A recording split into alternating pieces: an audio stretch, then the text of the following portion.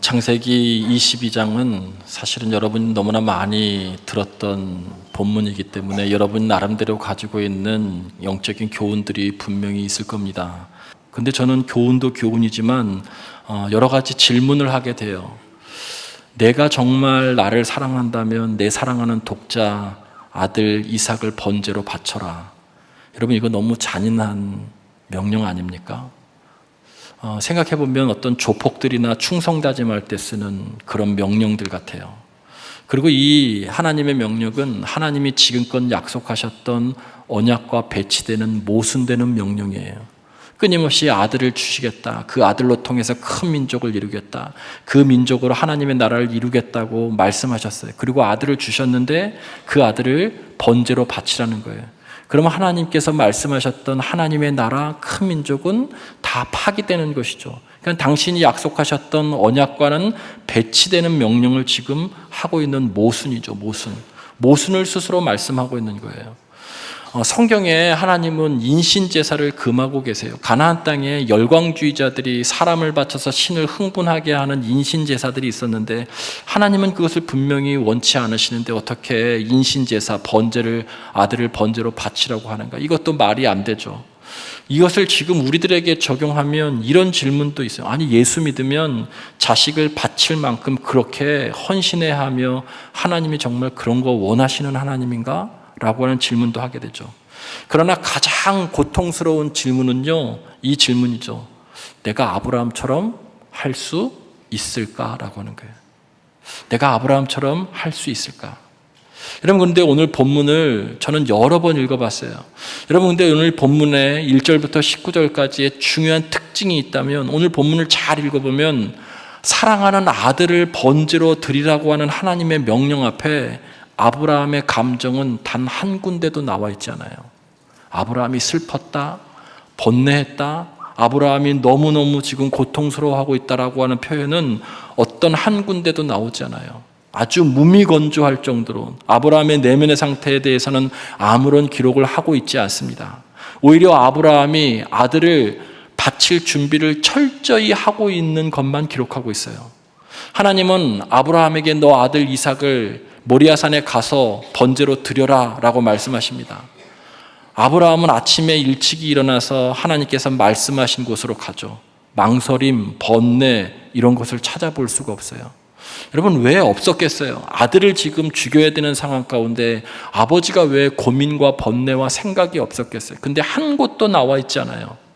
근데 왜 그랬냐면 성서 기자는 그것보다 그 내면의 상태보다 무언가 더 강조하기 위해서 아브라함의 내면의 상태를 다 배제시킨 것 같아요. 무엇을 강조하려고 그랬냐면 아브라함의 순종을 강조하기 위해서 그랬던 거예요. 여러분, 순종이라고 하는 것은 하나님의 역사하심의 매개체와 같아요. 하나님이 역사하실 수 있도록 하는 다리의 역할을 하는 것이 순종입니다. 근데 문제는 그 순종이 고통스럽다는 것이죠. 그래서 문제가 되는 거예요. 히브리서 5장 8절로 9절 말씀 우리 한 목소리로 자막을 통해서 우리 한 목소리로 합독해 보겠습니다. 시작.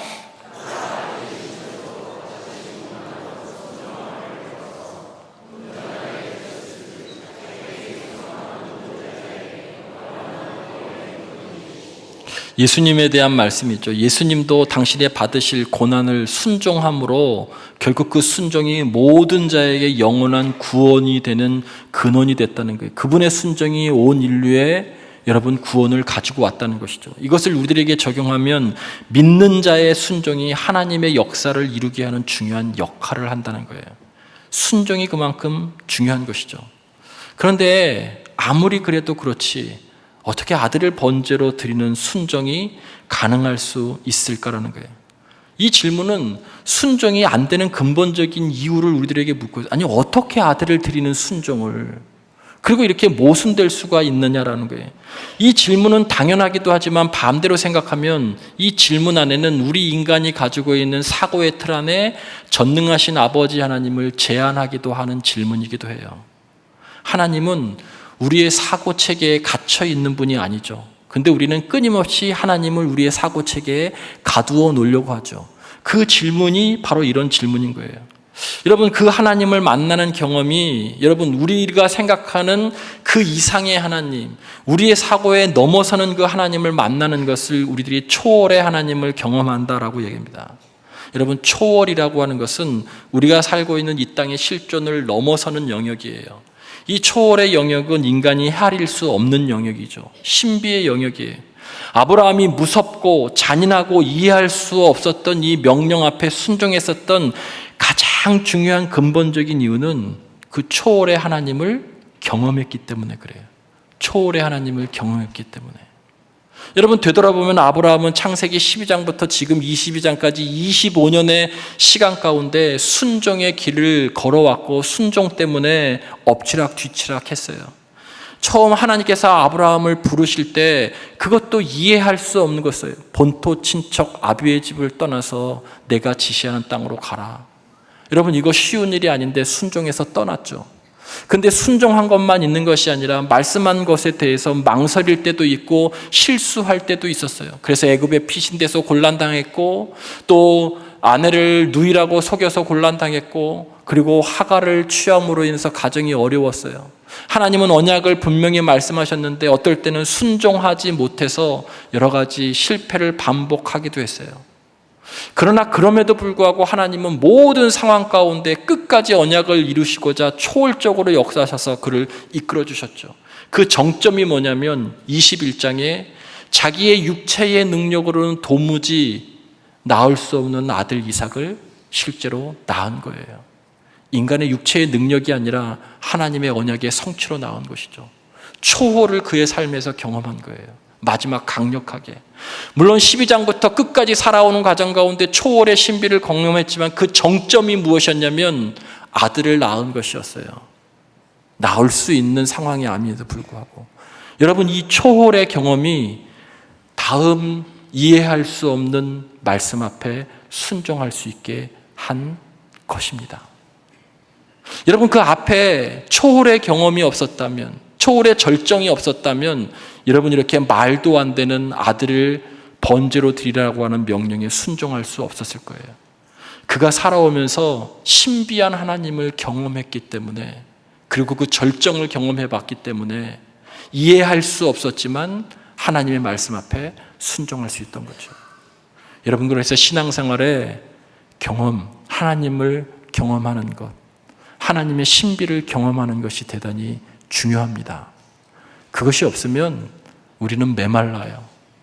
여러분, 삶 가운데서 한두 번 아니면 지속적으로 그 초월의 경험이 있기 때문에 여러분이 다른 곳에 눈을 돌리지 않고 이곳에 올 수 있었던 거예요. 이 자리에 예배 드릴 수 있었던 거예요. 이 초월의 경험이 너무나 강렬해서 우리가 하나님을 경험했었던 그 신비적인 경험이 누구에게도 잘 합리적으로 설명되지 않지만 분명한 그 경험이 있었기 때문에 이것 때문에 우리가 다른 곳에 눈을 돌리지 않고 이곳에 와서 지금 예배를 드리는 거예요. 이 경험이 하나님 나라 갈 때까지 잔잔하든 강력하든 지속될 때 우리가 흔들리지 않고 이 땅을 믿음으로 살 수 있는 것이죠. 여러분, 그 신비의 경험을 할 수 있는 가장 중요한 매개의 역할이 말씀 앞에 순종하는 거예요. 아무리 설교를 들어도, 아무리 성경을 많이 읽어도 순종하지 않으면 초월의 신비가 여러분의 실존의 삶에 나타나지 않는다는 거예요. 그냥 메마르기만 해요. 오히려 지적으로 알고 사람을 재단하기만 하죠. 여러분, 오늘 창세기 22장에 아브라함의 신앙이 이 초월의 경험 때문에 많이 바뀌었던 것을 발견할 수 있는 것이 1절과 11절 말씀이에요. 여러분, 이 1절과 11절에 내가 여기 있나이다 라고 하나님이 부르실 때 내가 여기 있나이다 라고 그렇게 대답해요. 12장부터 22장까지 21장까지 중에서 단 한 번도 나오지 않아요. 여러분, 12장부터 21장까지 하나님께서 아브라함에게 이르시되 말씀을 하실 때마다 아브라함은 늘 수동적이었어요.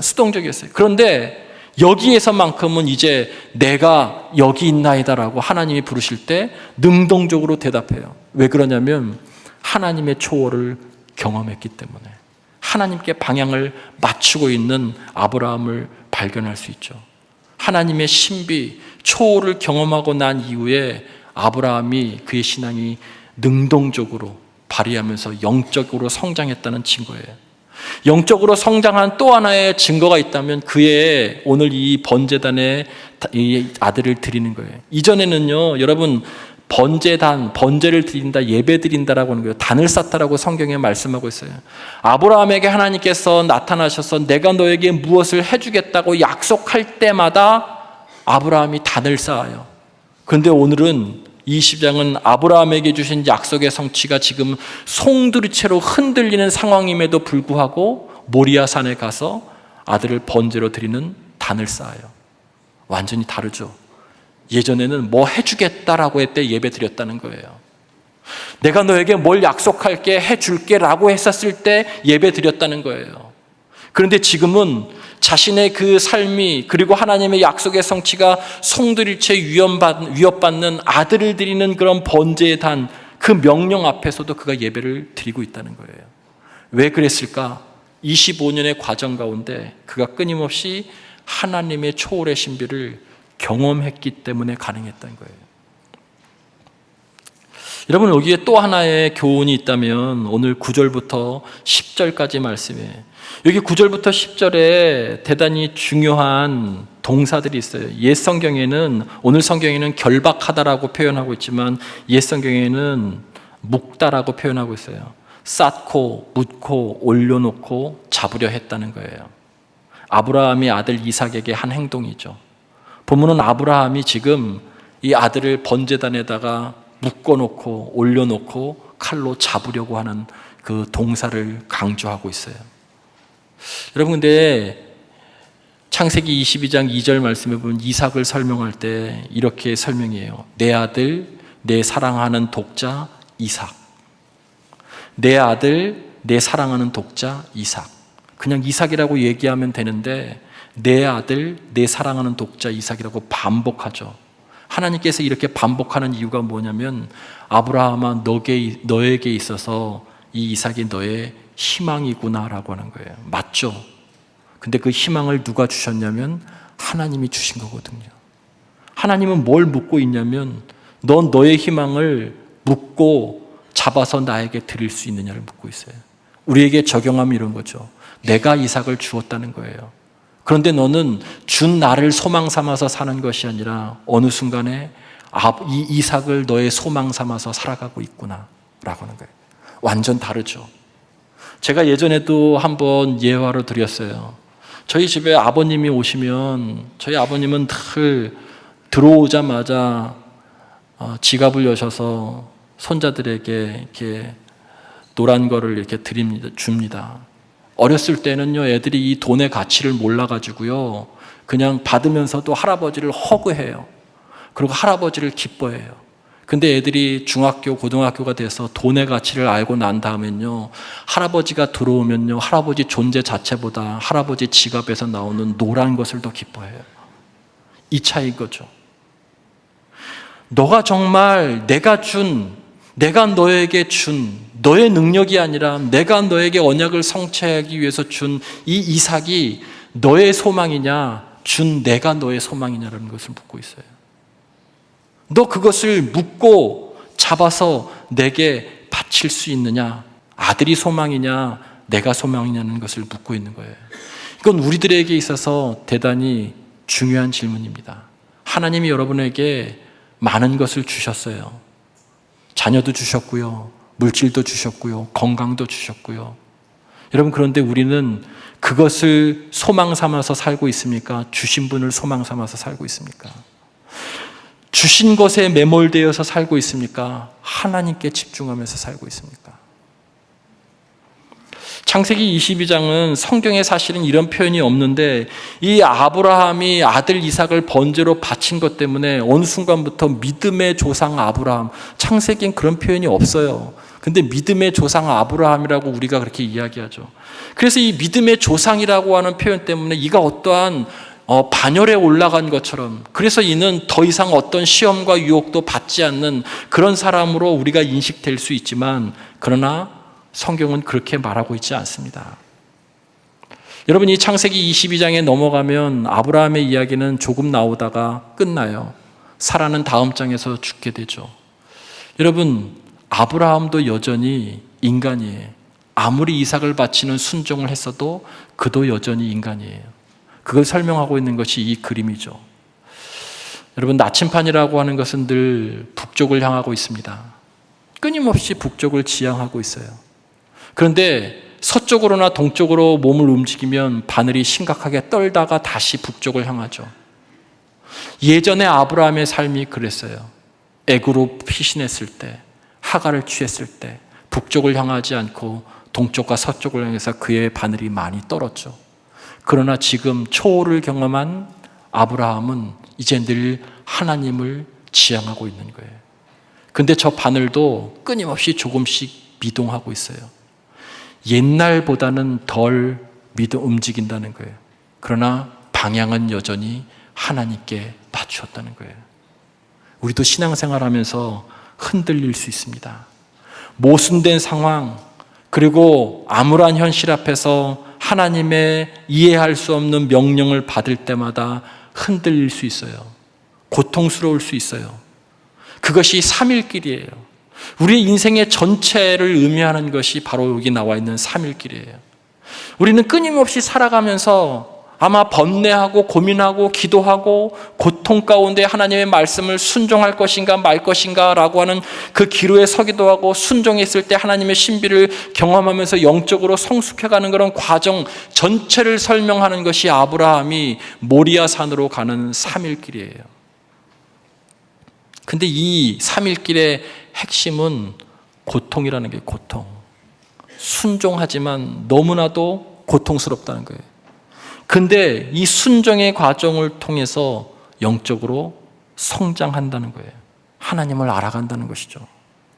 여러분, 실제 있었던 일입니다. 아름다운 동행이라고 하는 잡지에 2010년도 11월 말에 기재된 어떤 판사님의 글이에요. 2010년도 대전지법의 김진선 판사님이라고 하는 분이 한 여인의 재판을 맡게 되었어요. 이 김 판사님이 맡게 된 재판의 여인은 2차례나 타인의 지갑을 절취해서 그 안에 있는 신분증을 가지고서 불법 대출을 받기도 하고 각종 서류를 위조한 여성이었어요. 그래서 재판에 넘겨졌죠. 그녀는 50쪽에 달하는 장문의 반성문을 썼고, 그 반성문을 읽은 김 판사님이 마음의 감동을 받은 것 같아요. 그 반성문은 이런 내용입니다. 그녀는 어린 시절에 어머니가 가출하게 되어져서 좁은 몸 밑에서 성장하다가 이제 초등학생 때가 되어서 다시 아버지 집으로 들어갔어요. 근데 그 집에 새엄마가 있었죠. 새엄마의 끊임없는 학대를 당했어요. 근데 거기서 멈춘 것이 아니라 아버지는 둘째 새엄마, 셋째 새엄마까지 맞았고 끊임없이 학대를 당했습니다. 아버지를 원망하면서 살다가 반항하다가 고등학교를 졸업하고서 본인이 취업하며 집을 떠나게 됐어요. 직장 생활을 하다가 건강이 나빠져서 직장까지 잃게 되었죠. 생계를 더 이상 이어갈 수 없게 되자 그만 이런 사건을 저지르게 됐어요. 그런데 그의 반성문 맨 마지막에 이런 표현 때문에 이 판사님이 마음의 감동을 받은 거예요. 이렇게 구속돼서 잘못된 길로 들어서는 것이 이제 멈추게 되어서 다행입니다. 또 더욱 다행인 것은 이번 사건을 계기로 아버지에게 처음으로 속마음을 털어놓고 화해하게 되었으며, 아버지 역시 최선을 다해서 피해자들과 합의를 이끌어내었다고 적었어요. 구속되게 되어서 잘못된 길을 지속하지 않게 되어서 멈추게 되어서 다행이라는 거예요. 김 판사님은 선고를 내리기 전에 자신의 마음을 다듬은 시 한 편을 그녀에게 읽어주었습니다. 그 시가 정호승의 시 풀잎에도 상처가 있다였습니다. 풀잎에도 상처가 있다. 꽃잎에도 상처가 있다. 너와 함께 걸었던 들길을 걸으면, 들길에 앉아 저녁노를 바라보면 상처 많은 풀잎들이 손을 흔든다. 상처 많은 꽃잎들이 가장 향기롭다. 이례적으로 판결을 내리기 전에 이 시를 읽어주었던 이유는 김 판사의 자기의 이야기도 그녀에게 해주고 싶었어요. 이 김 판사님도 현재 몇 년째 교통사고로 의식을 회복하지 못하는 남편 때문에 매일 눈물로 지새우고 있었어요. 그리고 자신 역시 어렸을 때 아버지의 사업 실패로 인해서 어려운 생활을, 그리고 유년 시절의 상처가 많았음을 이야기해 주고 싶었던 거예요, 그녀에게. 그래서 그녀에게 이렇게 이야기합니다. 나도 상처 많은 풀잎에 지나지 않습니다. 나는 당신의 인생만이 아픈 것이 아니고 슬픔이 없는 사람이 이 세상에 한 사람도 없고 상처 많은 꽃잎들이 더 향기롭다는 것을 꼭 전해주고 싶습니다. 그리고 마지막으로 당신을 위해서 기도하겠습니다. 당신의 아픈 상처가 당신의 삶의 발목을 잡지 않기를, 오히려 그 상처가 더욱 향기로운 삶으로 피어나기를 내가 당신을 위해서 기도하겠습니다. 그리고 선고했다는 거예요. 여러분, 우리도 이 두 분과 같이 우리의 삶 속에 어려운 상황들이 있어요. 그거 실존이에요, 실존. 모든 사람들이 겪고 있는, 죄인된 인간들이 겪고 있는 실존이에요. 누구도 거부할 수 없는 실존의 삶이 우리들에게 있죠. 여러분, 그 실존의 삶에 더더군다나 하나님께서 이해할 수 없는 명령을, 말씀을 우리들에게 순종하라고 말씀하세요. 고통이죠. 그런데 그 말씀을 그 고통 가운데에서도 순종할 때 신앙은 깊어지고 삶도 더욱 풍성해지는 거예요. 그 상처와 고통을 통해서 하나님을 알아가는 것이죠. 그것이 하나님의 방식이에요. 우리를 성숙해 하는 하나님의 방식. 여러분, 창세기 22장이 여러분에게 주시는 교훈이 무엇입니까? 여러 가지 있을 수 있겠죠. 하나님으로 인하여서 현실 속에서 어려움을 당해도 여전히 너는 나를 신뢰하는가, 이런 교훈을 줄 수도 있습니다. 이해할 수 없는 하나님 말씀 앞에 당신은 순종할 수 있습니까? 우리들에게 묻고 있어요. 그러나 저는 가장 중요한, 저에게 있어서 가장 중요한 것이 있다면 너의 희망이 하나님이 내게 준 것이냐 하나님 자신이냐라고 하는 거예요. 여러분, 하나님께서 여러분에게 주신 것을 하나님에게 올려드리기를 간절히 바랍니다. 아브라함이 이삭을 드렸지만 하나님은 이삭을 빼앗지 않았어요. 다시 돌려보냈어요. 그리고 그를 더 크게 들어쓰셨어요. 여러분, 저는 여러분이 이것을 잘 아신다면 여러분의 자녀와 물질과 그리고 여러분의 기도가 바뀔 것이라고 생각합니다. 우리는 늘 기도할 때 이렇게 기도하죠. 하나님 무엇을 주십시오. 하나님 무엇을 주십시오라고 필요를 위해서 늘 기도합니다. 근데 이미 하나님은 우리들에게 무언가 주셨어요. 내가 가지고 있는 것이 있어요. 그것이 이삭이에요. 내가 가지고 있는 것, 하나님이 주신 것이 있어요. 그것이 이삭이에요. 오히려 하나님 뭘 더 주십시오, 뭘 더 주십시오라고 하는 기도보다 내게 이미 있는, 내게 이미 주어진 그 이삭을, 하나님 이 이삭을, 내게 주어진 것을 당신을 위해서 어떻게 쓸 수 있을까요? 하나님 무엇을 하기를 원하십니까? 라고 기도를 바꾸는 것이 훨씬 더 중요하다는 것을 우리들에게 알려주고 있어요. 여러분, 그것이 바로 마태복음 6장 33절에 너희는 먼저 그의 나라와 그의 의를 구하라. 그리하면 이 모든 것을 너희에게 더하시리라. 여러분, 우리 모두에게 있는 것이 있습니다. 주신 것이 있어요. 하나님 이것으로 무엇을 할 수 있을까요? 하나님 이것으로 무엇을 하기를 원하십니까? 라고 하는 기도가 될 때에 거기에 이 모든 것을 더해 주시는 초월의 신비를 경험할 수 있는 것이죠. 그것이 이삭이에요. 여러분에게도 이삭이 있습니다. 물질이든 자녀든 여러분의 사회적 위치든. 그런데 우리는 더 많은 것을 구하는데 급급하죠. 내가 가지고 있는 이것에 매몰되지 않고 하나님 이것으로 하나님 어떻게 영광 나타낼 수 있을까요? 이 기도로 바꾸어질 수 있기를 주의 이름으로 간절히 축원을 드립니다. 그때 하나님께서 더 크게 들어쓰시고 하나님의 신비의 역사를 여러분의 삶 속에 경험하게 될 줄 믿습니다.